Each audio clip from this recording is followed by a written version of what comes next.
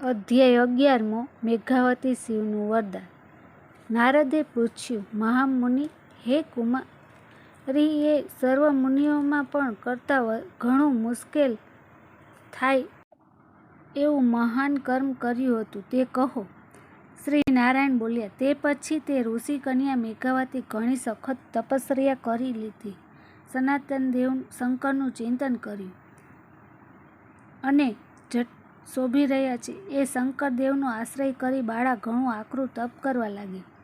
ગ્રીષ્મ ઋતુના સૂર્યમાં પંચાગ્નિના મધ્યમાં બેસતી, હેમંત ઋતુમાં તે જળ મધ્યે બેસતી, ચોમાસામાં ઘાસની પથારી કરી ઓઢ્યા વગર સૂઈ રહેતી, આહારમાં ધુમાડો જ ગ્રહણ કરતી તે કન્યા તપ કરવા લાગી। સર્વ દેવો તેને તપથી રોકી શક્યા નહીં અને સર્વ મહર્ષિઓ તે પ્રિય થઈ પડી। આ રીતે ઋષિ કન્યા મેઘાવતીએ 9000 વર્ષ સુધી તપ કર્યું।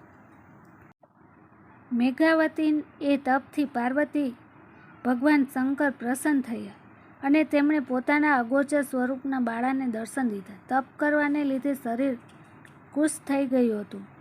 ભગવાન શંકરના દર્શન માત્રથી ઉત્સાહિત બની ઊભી થઈ દેહમાં પ્રાણ આવ્યા હોય ભગવાન શંકરની કૃપા દ્રષ્ટિ સિંચાઈને ગૌરવશાળી બનેલી તે બાળા નીચે વળી પાર્વતી શંકરને વંદન કર્યા। ભક્તિયુક્ત ચિત્ત વડે જગન્નાથની આ પ્રમાણે સ્તુતિ કરવા લાગી।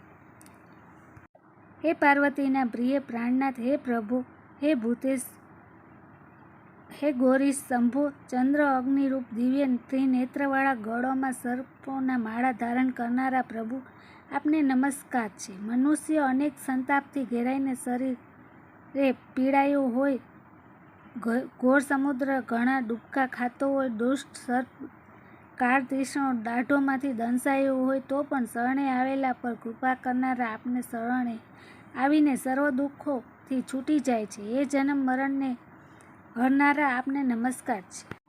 એમ મન તથા વચનથી શંકર સ્તુતિ કરીને તપસ્વી મેઘાવી કન્યા શાંત થઈ। તેણીએ કરેલું સ્તોત્ર સાંભળી સદાશિવ ભગવાનનું મુખ કમળ પ્રસન્ન બન્યું। તેણે ધીમેથી સખત તપ થઈને આ પ્રમાણે કહ્યું, હે તપસ્વી ની, તારા મનમાં જે ઈચ્છા હોય તે વર માંગ, હું તારા પર પ્રસન્ન છું। શિવજીનું આ વચન સાંભળી કુમારી મેઘાવતી આનંદમાં મગ્ન બની। તેણીએ અતિશય પ્રસન્ન થયેલા સદાશિવને આ પ્રમાણે કહ્યું। બાળા બોલી, હે દીનાનાથ, જો આપ મારા પર પ્રસન્ન થયા હો તો મારા મનની ઈચ્છા પૂરી કરો। મને પતિ આપો, મને પતિ આપો, પતિ આપો, પતિ આપો, પતિ સિવાય મારા હૃદયમાં બીજી કોઈ ઈચ્છા નથી। શંકરને એમ કહી ઋષિ કન્યા મેઘાવતી બોલતી બંધ થઈ। હે મુનિ કન્યા, તે તારા મોઢે જ કહ્યું તે થાઓ। તે 5 વાર પતિની માંગણી કરી, તેથી હવે તારા 5 પતિ થશે। જે પોતાના ગુણોથી પ્રખ્યાત શૂરવીર, દાનવીર, ધર્મનું આચરણ કરનારા, જીતેન્દ્રિય, પર સ્ત્રી સામે કદી ખરાબ દ્રષ્ટિ ન જોનારા, રાજવંશી સ્ત્રીઓ અને ગુણોથી શોભનારા હશે। મહાદેવજીનું આવું વચન સાંભળી મેઘાવતી ડઘાઈ ગઈ। હે પાર્વતી પતિ, તમે આ કેવું વરદાન આપ્યું? એક પુરુષને 5 પત્નીઓ હોય પણ સ્ત્રીને 5 પતિ હોય, ક્યાંય જોયું છે, સાંભળ્યું છે? મારા સંબંધમાં આવું વચન બોલવું આપને યોગ્ય નથી। આપના આવા વરદાનથી જગત આખામાં મારી હાસી થશે। હું આપની ભક્ત છું, આપ અયોગ્ય વરદાન આપશો નહીં। આ તો મારી વર્ષોની તપસ્યા એળે ગઈ। મને લાગે છે, આમ બોલી અત્યંત દુઃખી થઈ રુદન કરવા લાગી। તેને આમ વિલાપ કરતા જોઈ ભગવાન શિવ બોલ્યા, હે ભયભીત થયેલી બાળા, જન્મમાં એમ નહીં થાય પણ બીજા જન્મમાં આમ થશે।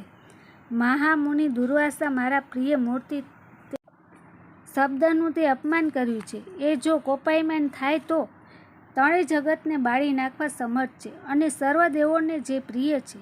આ ગોલોકપતિ ભગવાન કૃષ્ણનું પરષોત્તમ માસ તે કર્યો નથી અને ઉપરથી તેનો તિરસ્કાર કરી નિંદા કરી છે।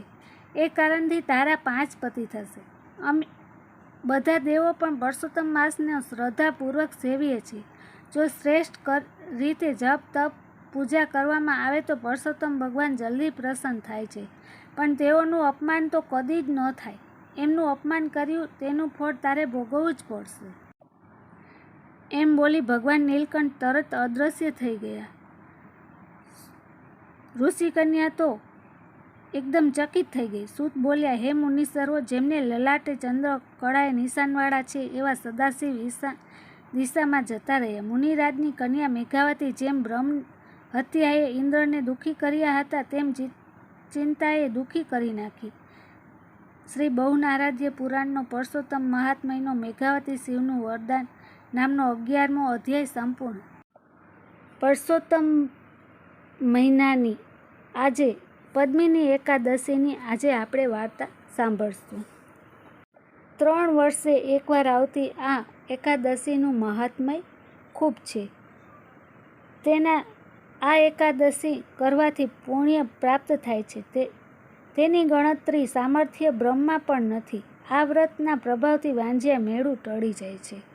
આમ પદ્મિની એકાદશીનો મહિમા ખૂબ મોટો છે.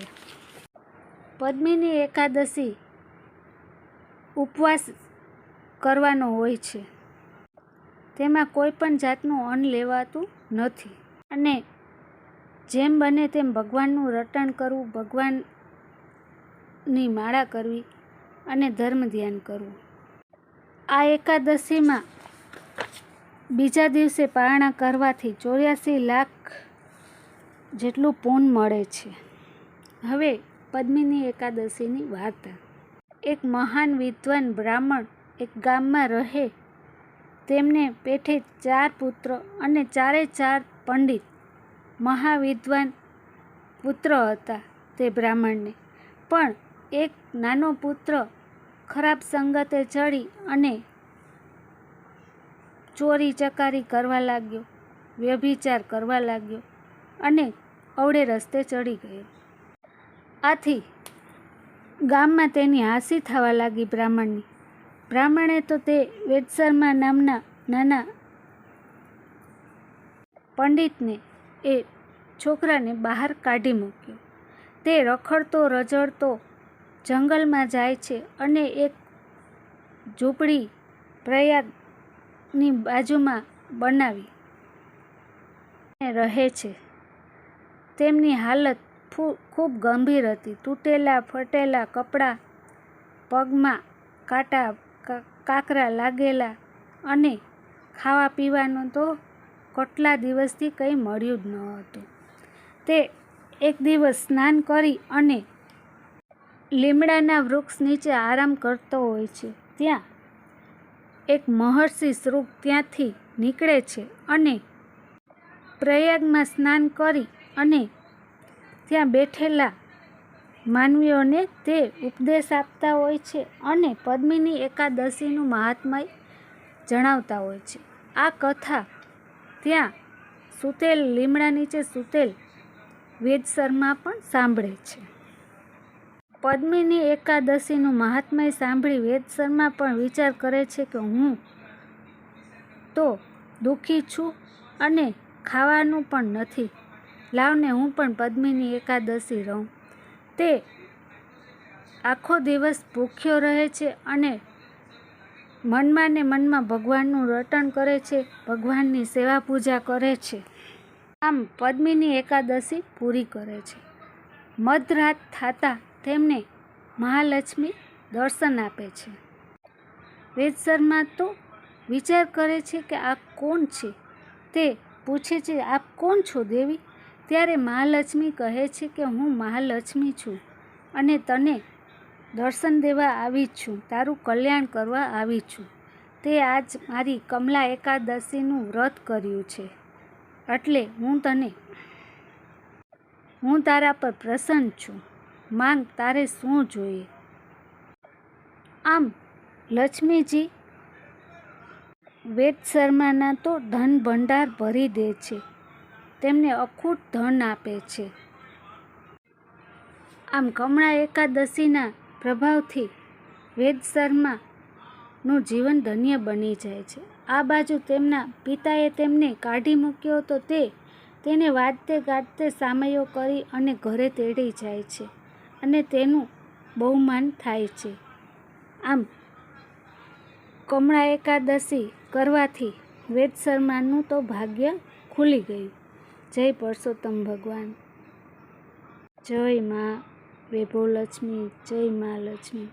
તમે જેવા વેદ શર્મા નામના બ્રાહ્મણને ફળ્યા તેવા સર્વને ફળજો. તમારી એકાદશી કરનારના ઉપર કૃપા દ્રષ્ટિ રાખજો.